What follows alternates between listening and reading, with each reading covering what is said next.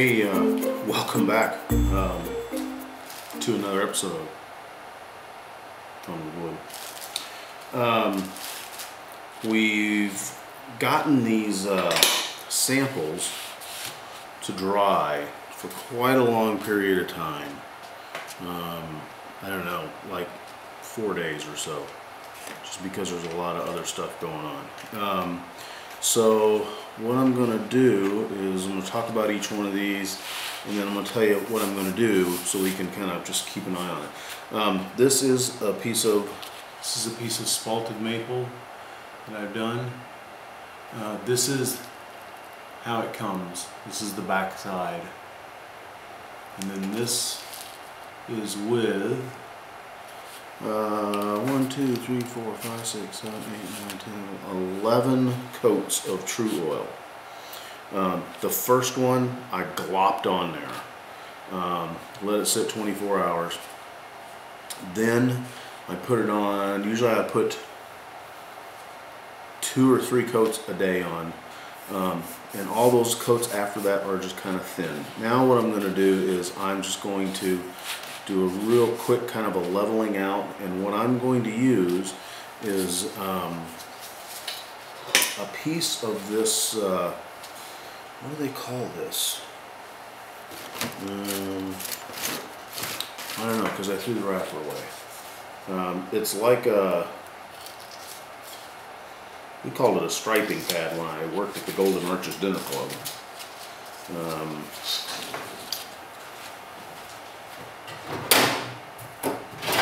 Yeah, I really did throw the package away in my recycling bin of woe here. Alright, anyways, this is stuff, it's kind of like those green pads that you can buy, except to my mind they feel softer. So we're just going to give this a go. And the reason I'm doing this is I hate steel wool. I hate it, I hate it, I hate it. It always leaves a mess in my shop, no matter what I'm doing with it. And I'd just rather take a beating than have to use it. So I will do almost anything to not use it.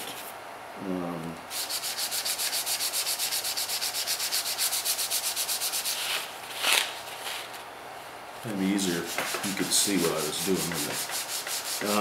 Tru-Oil goes on really thin, is my understanding. So what I don't want to do is burn my way through this.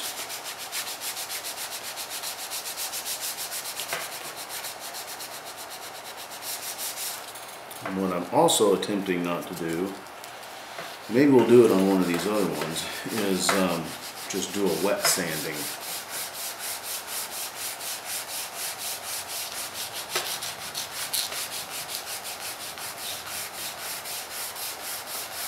I do not have fantastic dust control in my shop, and you can tell.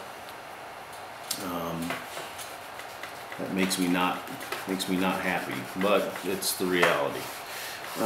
So something, of course, will have to be figured out when we start putting finishes on like whole big giant guitar pieces. I don't know what that's going to be, but we'll figure something out.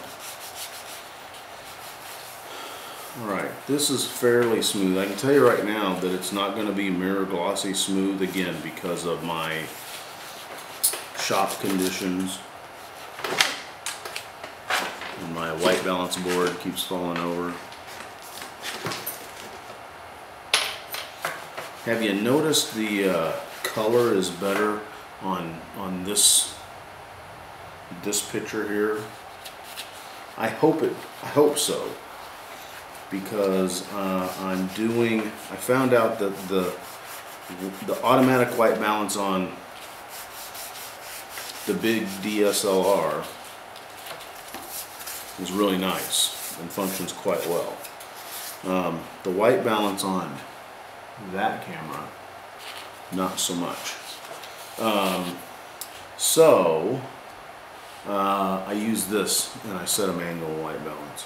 Okay, I'm gonna have to get, this is just not doing what I want it to. Hey, you know what? Let's just go ahead and do this the way it is, because again, I'm into comparisons and I want to see what things are gonna be like or not be like. I am using up my lovely Japanese polishing system. I don't know what any of that says. I'm guessing these are equivalent grits.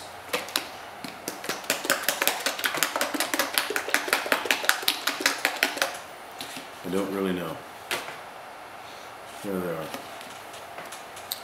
They did come with nifty, cool little applicators.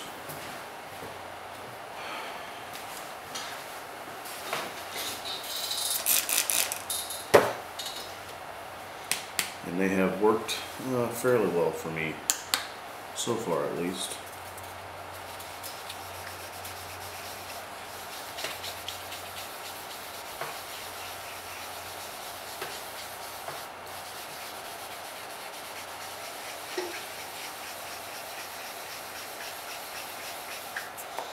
This kit is sold for polishing scratches out of automobiles.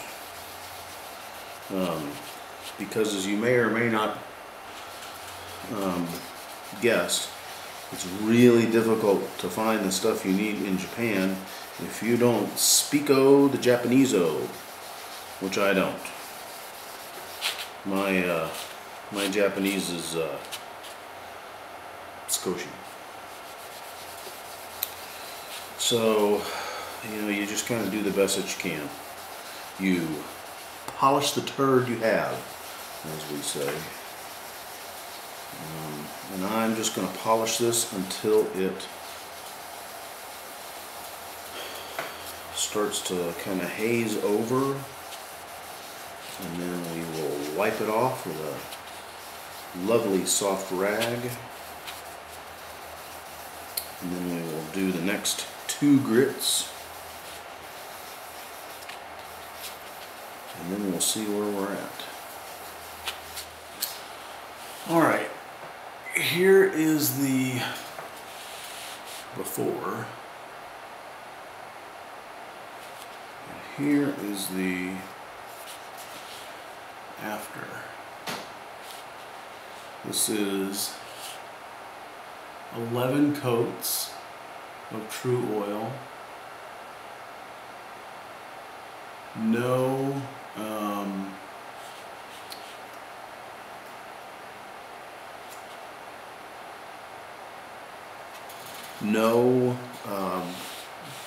level sanding, which I should have done. I realize that now. This thing, which didn't work too good. And then my 3 Japanese polishing system. You know what I could do, just for fun, since it is a test piece, I could put it under the polisher.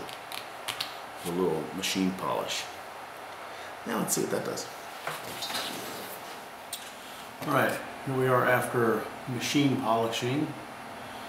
And, you know, the 2 things I can note, the one which I've already noted, which is, of course, the dust.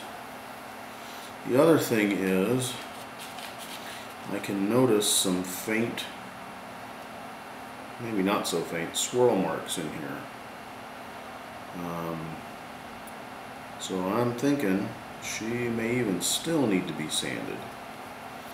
And maybe we can get rid of that. Get rid of those little swirl marks. But it's alright. Wet sanding, level sanding, whatever you want to call it. This is 1000 grit sandpaper. A closed cell pad, very similar to this. As my sanding block, and good old naphtha as my lubricant. And yeah, it feels much better. I can see where I have a couple of, there's a low area there, a couple low areas, and that's from grain filling. from the epoxy process, and they're kind of in the edge and some already weak spots, so that's really not a huge surprise. So all right, I'm gonna go and we're gonna polish this, machine polish. I'm skipping a little bit of filming because I'm trying to get done, so be patient. Alrighty, this is what we're here for. When they say Tru-Oil goes on thin, it goes on thin. See if you can see them like I can see them. I was not on that polisher for very long at all, and you can see the areas where I burnt right through. So, alright. Not a disaster though, because this is a test piece. Now the cool thing about Tru-Oil is what I'm going to do is I'm going to get this polish off of here. I'm going to clean this up really good, and then we're going to go back and we're going to do it again, so that we can learn from the mistakes, learn from the train wreck, watch the train wreck, and then go, I did not enjoy the train wreck. The train wreck did not look fun. I would not like to be in that train wreck in my shop. How can I avoid that? Well, here's one way you can avoid it. So yeah, dust control is the big thing. I don't know if the swirlies would make a difference on this or not. You can kind of see the grain, but the grain goes all over the place on this one, so I don't know if that is as much of an issue as it was burning through with the machine polish. Now I did polish it twice, so we're gonna recoat this, and then we're going to level sand it, and then we're gonna machine polish it one time, and then I think we'll get what we get. We'll see. So let's take a look at that again. So I want you guys to see where there's no shine.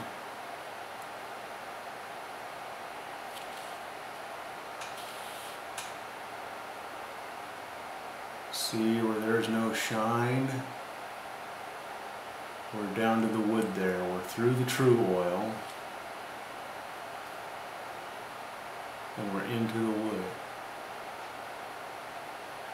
The cool thing about this is hopefully you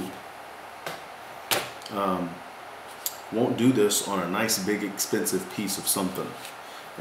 This is $8. I think this is what that cost me. I believe that's an R.C. Tonewood's piece at New Jersey, New York, right coast. So yeah, $8 and some time is what we've gotten here. So learn from the train wreck. All right, we're gonna regroup, and then we're gonna figure out what to do with all these other lovely pieces of wood. So check back.